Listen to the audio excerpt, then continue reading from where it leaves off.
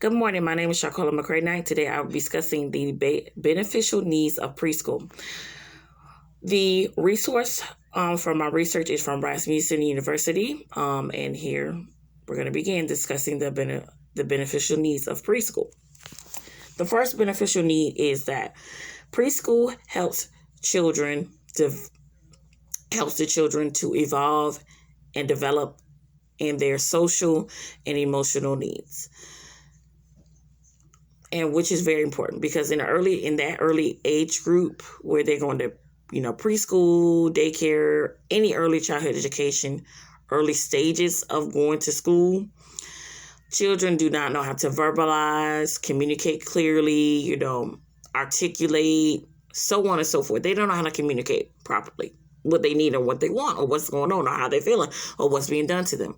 So it's up to educators and parents to ensure that they are doing both their part as the teachers and the parents. For one, on the parents' end, they need to make sure that they know the avenues to take for preschooling, like, the cost, the location, what the children would need to wear, if they need to wear uniforms, so on and so forth, if it's something they can afford. And also the different programs of scholarship programs that they can sign up for to help them pay for their children's early childhood education stages needs, which preschool and daycare and other things tie into, but today we're focused on preschool. So with that being said and done, I have witnessed children who do not go to preschool at all and or any early stages of childhood education. They are, how can I say it in a nice professional way? They are harder to understand and harder to deal with and harder to teach because their parents did not even know the avenue to take to get help with early childhood education stages needs, or they could not afford it, or they just preferred for their child to be at home. Whatever the case may be. Things happen in life. So the children tend to be they're more harder to adjust to being on a schedule, being within a time frame, transitioning, navigating through everything. It can be difficult when a child has never been in any type of before and after care, child care, or schooling system at all. It's very, very hard, and it makes it difficult. Their first 2 to 3 years of age school is going to be hard. I'm not going to sugarcoat it. I've seen it.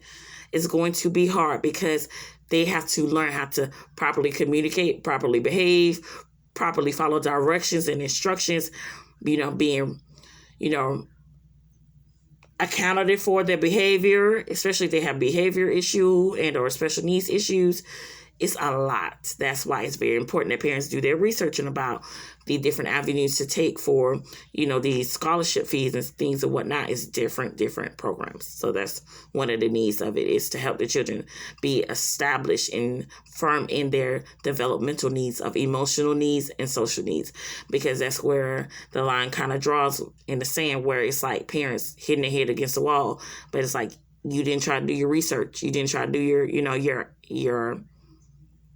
your part of the end, and you can't get mad at this kindergarten teacher who's telling you that your baby needs a little extra help and your baby has to be helped back because you did not do your part as a parent. And I've seen it where parents get offended because their child does not know how to sit down because they've never been in classroom setting.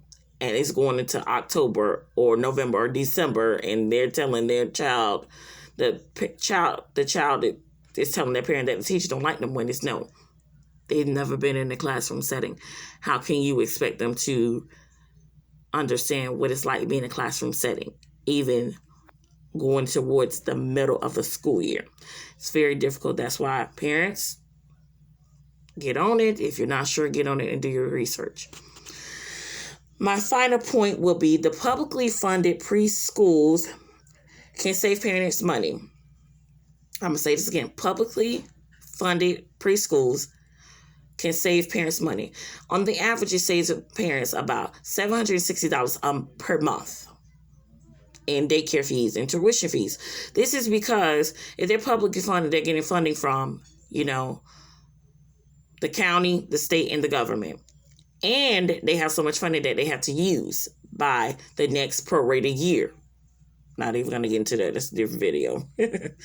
So with that being said and done, parents, once again, you need to do your research, and you have to understand that there are different programs for you to apply for help with before and after care and preschool beneficial programs for the children.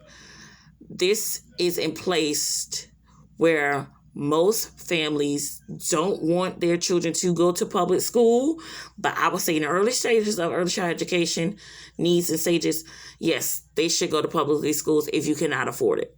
Now, if your financial situation changes where you can't afford it, then they go to a private preschool. But private preschools can be a little bit expensive, and the publicly ones too. Once again, as parents and teachers, we have to do our research to know what's befitting of us. And it states that,